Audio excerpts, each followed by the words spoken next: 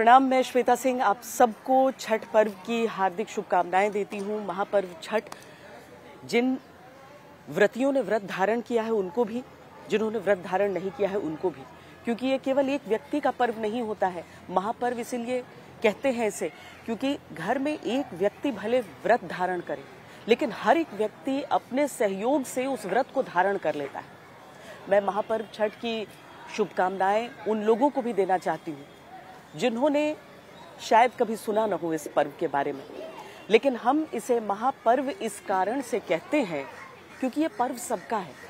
सूर्य देव का ये पर्व, उनकी उपासना का पर्व है। हर एक चीज को जो आपको प्रकृति में मिलती है, जो आपको अपने आसपास मिलती है, जो कि नैसर्गिक है, प्राकृतिक है हर रूप से, उसका उपयोग इसकी पूजा में, इसके विधि विधान में किया जाता है। इसीलिए मैं महापर्व छठ की शुभकामनाएं आप सबको देती हूँ।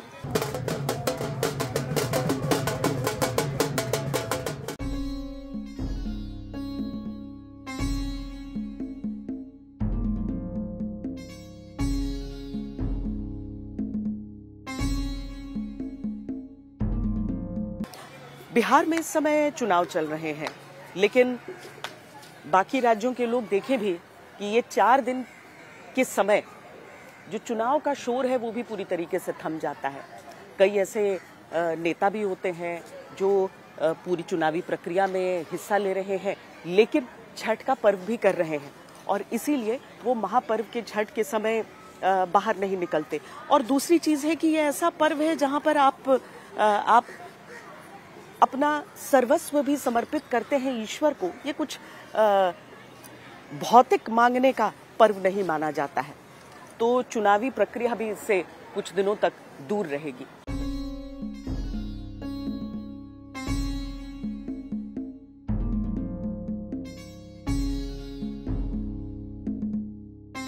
उगहे सूरज देव भेल भीनु सरवा रघ केरे बिरवा पूजन केरे बिरवा हो।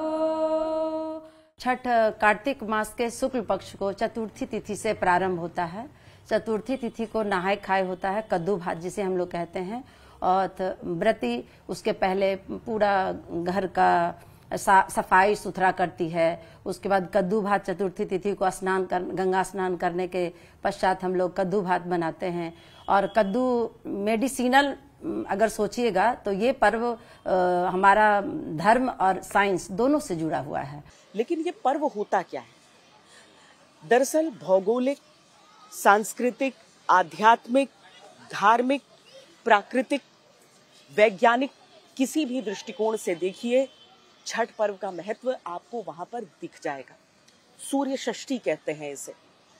देव माता आदिति की भी आराधना होती है। जो व्रती होती हैं उनके भीतर ही इस समय एक तरह से समझ लीजिए कि छठी मैया का निवास हो जाता है। वो भी आराध्य हैं। जितने लोग आसपास देखते हैं सब पांव छूते हैं, आशीर्वाद लेते हैं उस समय।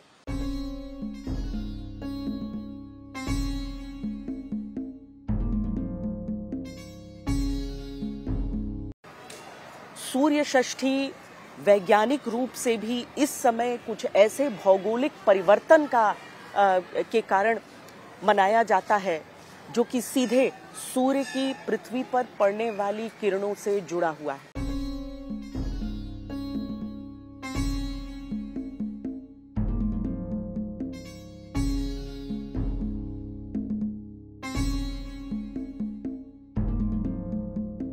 अब बिहार के जब अलग अलग क्षेत्रों को आप लेंगे, ऐसा नहीं है कि एक ही विधि, एक ही विधान आपको छठ पर्व को मनाने में दिखेगा।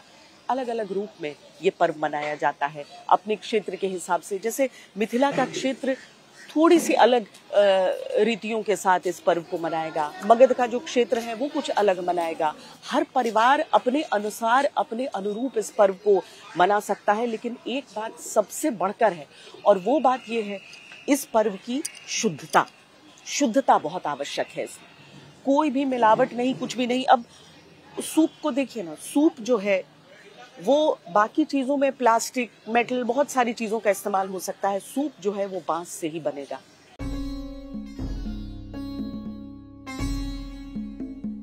जो बहंगी है, जो उसको जिस सूप फिर टोकरी में डाला जाता है, आप वो समझिए हर एक चीज प्राकृतिक रूप में ही उसका निर्माण होगा।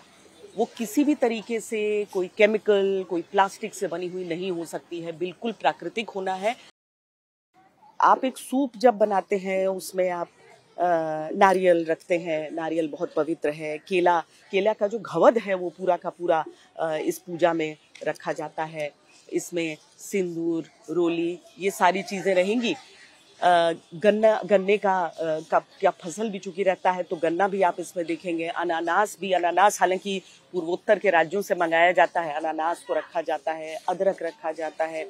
यानी हर एक ऐसी चीज, हर एक ऐसा फल, हर एक ऐसी सब्जी भी जो सूर्य देव की किरणों से उत्पन्न होती है। जब ठेकुआ प्रसाद की भी बात आती है ना, तो सबके घर में उसे बनाने का तरीका वही होता है। यानी उसमें आटे से, चीनी से कोई भी व्यक्ति बना सकता है। बहुत अधिक उसमें ऐसा नहीं है कि आप ड्राई फ्रूट्स डाल रहे हैं या फिर आप बहुत अमीर हैं तो कोई बहुत ऐसी चीज, अनोखी चीज डाल दे। ये सारी चीजें नहीं है। समानता सबसे बड़ा कर्तव्य भी छठ व्रतियों का हो जाता है। आप जब शुद्धता की बात करते हैं तो वो शुद्ध विचारों की भी बात होती है। जो सूप बनाया गया है वो आदि अनंत काल में, अगर हम जातियों के प्रवेश को भी माने तो उस समय भी जो सबसे पिछड़ी वंचित जातियों के लोग होते थे, उनके हाथों से बनाया हुआ वो सूप, जिनको पूर्ण श्रद्धा के साथ यहाँ सूर्य देव की उपासना में जिनका प्रयोग किया जाता है। बहुत बड़ा महत्व है छठ का।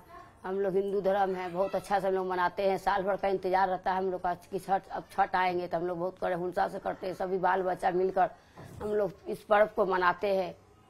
और इसमें हम लोग नहा खाए भी करते हैं, उसमें कदुआ भात का प्रयोग करते हैं। छठ पर्व की जब हम बात करते हैं, 4 दिनों की बात होती है, तो अब हम आपको पूरा पर्व बताते हैं। आज तो देखिए नहाए खाए का दिन है।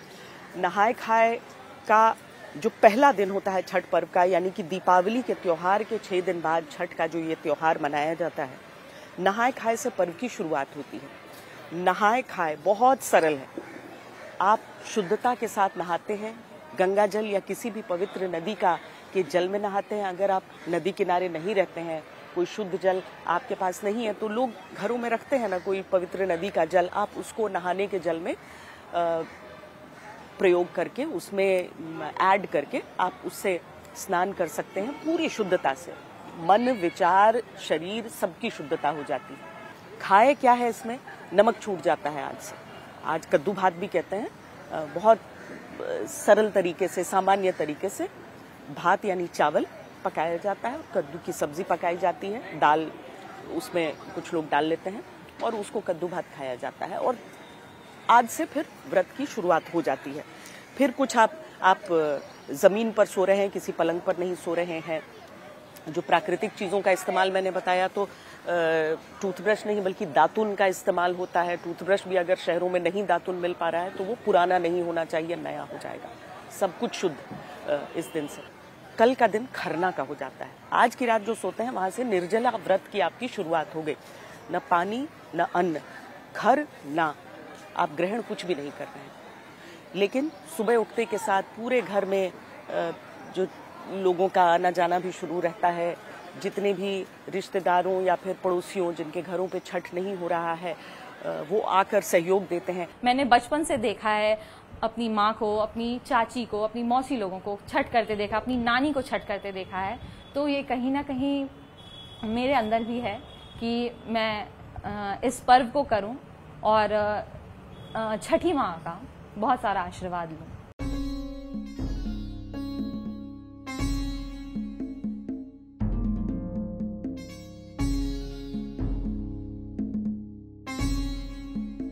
दूसरा दिन जो होता है वो प्रसाद बनाया जाता है। गुड़ की खीर और रोटी या पूड़ी, जो भी, जैसे आपने पहला साल जो छठ पर्व की शुरुआत की, पहले साल जो बनाया वही हर साल बनते रहता है, ये नियम है। उस प्रसाद को शाम में आते हैं लोग, और इस दिन सबसे अधिक लोग आते हैं घरों में, ताकि वो उस समय प्रसाद को ग्रहण कर पाएं। प्रसाद ग्रहण करने की भी अपनी एक प्रक्रिया होती है पहले। और केले का, चूंकि यहाँ पर मैंने कहा हर सीजनल चीज का महत्व है। जो भी सूर्य देव की ऊर्जा से उत्पन्न हो रहा है पृथ्वी पर, उसका महत्व है।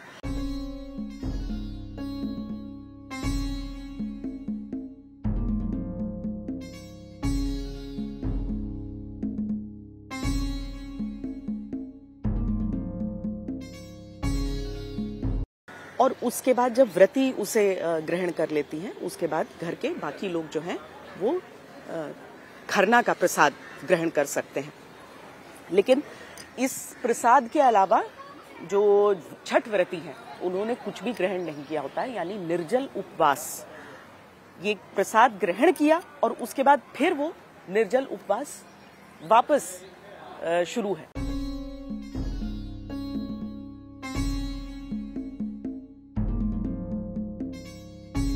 जो तीसरा दिन होता है छठ पर्व का, वो होता है अर्घ्य देने का समय।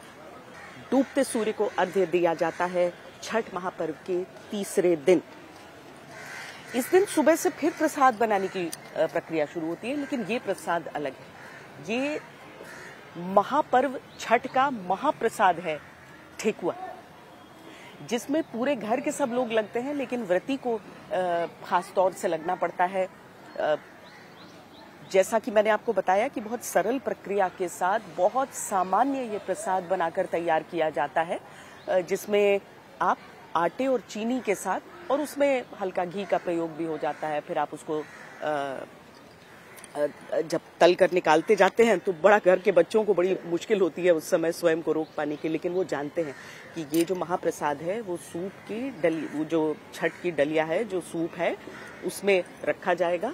और जब तक सूर्य देव को अर्पित नहीं होता है और महापर्व संपन्न नहीं हो जाता है, तब तक ये प्रसाद कोई ग्रहण नहीं कर सकता है। तो वो भी अपने मन पर बिल्कुल अंकुश लगाकर और प्रतीक्षा करते हैं।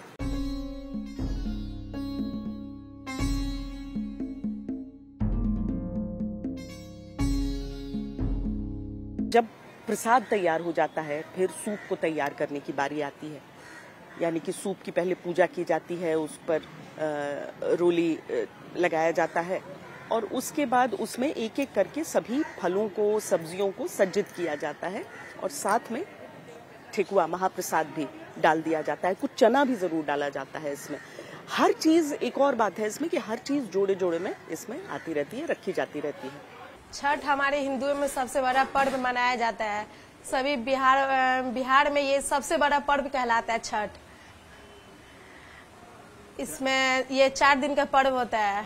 पहला नहाय खाए, जिसमें दाल, कदुआ भात ये सब बनता है। उसके दूसरा दिन खरना, तीसरा दिन संध्या अर्घ, चौथा दिन सुबह वाला अर्घ मनाया जाता है।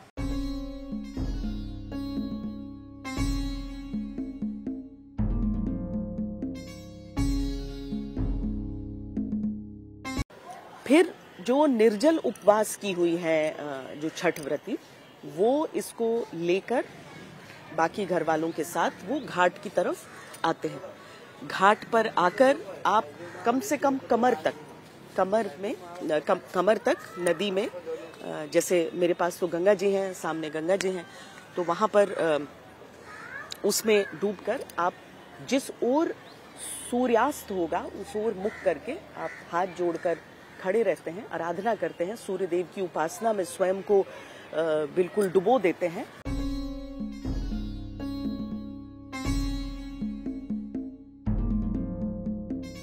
जब सूर्यास्त की बेला आती है तब हाथ में वो सूप लेकर आप परिक्रमा करते हैं। अपनी जगह पर खड़े खड़े चारों ओर घूमते हैं। वो सूर्य परिक्रमा के बराबर है। परिक्रमा करते हैं। जब भी एक परिक्रमा पूर्ण होती है फिर लोग अर्घ्य देते हैं, यानी कि लोटे में जल लेकर, कुछ लोग दूध भी उसमें डालते हैं और उसके बाद उसे सूप के बगल पे अर्पित किया जाता है, अर्पण उसे किया जाता है और वो सूर्य अर्घ्य होता है।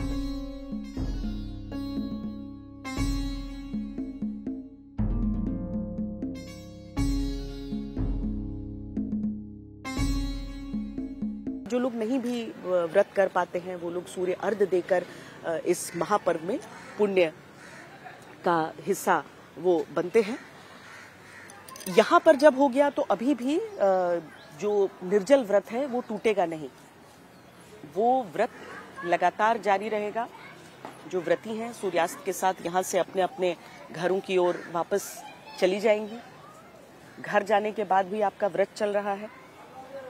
अब कोई तैयारी की बात नहीं है, अब अगली सुबह के अर्घ्य की बात है। सूर्योदय का समय देखा जाता है और उसके अनुरूप करीब करीब 1 से 1.5 घंटे पहले तक सभी व्रती यहाँ पर आ जाती हैं और फिर उगते सूर्य की प्रतीक्षा करते हैं। वो भी बड़ा कठिन समय होता है क्योंकि थोड़ा थोड़ा मौसम हर जगह बदलने लगता है। आप वो ठंडे पानी में उस समय खड़े हैं, आपके शरीर को न अन्न मिला है न पानी मिला है और आप केवल सूर्यदेव की उपासना में है। सुबह का जब अर्घ्य इसी प्रक्रिया से यानी परिक्रमा के साथ फिर अर्घ्य, जल का अर्घ्य देते हुए जब संपन्न होता है, तब घरों पर आकर और रास्ते में भी आप प्रसाद, कुछ लोग मांगते हैं, आप प्रसाद देते हुए आते हैं, तब जाकर आपका व्रत संपन्न होता है। घर पहुंचते हैं, फिर कुछ ग्रहण करके, आमतौर पर जैसे मेरे घर में तो ये परंपरा रही है कि हम चने को पीसकर दाल बनाया जाता है और चावल, और उसके साथ व्रत आपका टूटता है।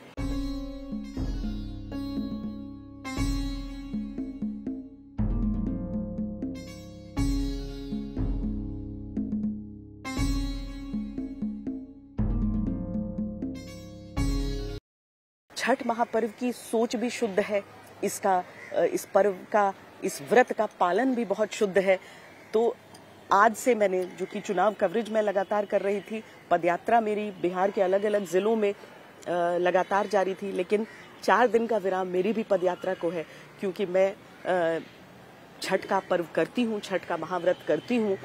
कठिन होता है, नहीं होता है, ये अपना अपना व्यक्तिगत आकलन सबका होता है, लेकिन जब आप पूरा पर्व धारण कर लेते हैं तो आपके भीतर ऐसी ऊर्जा का संचार होता है जिसको आप किसी भी चीज के समानांतर नहीं रख सकते हैं। इसीलिए छठ महापर्व की अनेकों शुभकामनाओं के साथ अभी के लिए मुझे अनुमति दीजिए। आपसे छठ महापर्व के प्रतिदिन मुलाकात होती रहेगी। अभी के लिए इतना ही।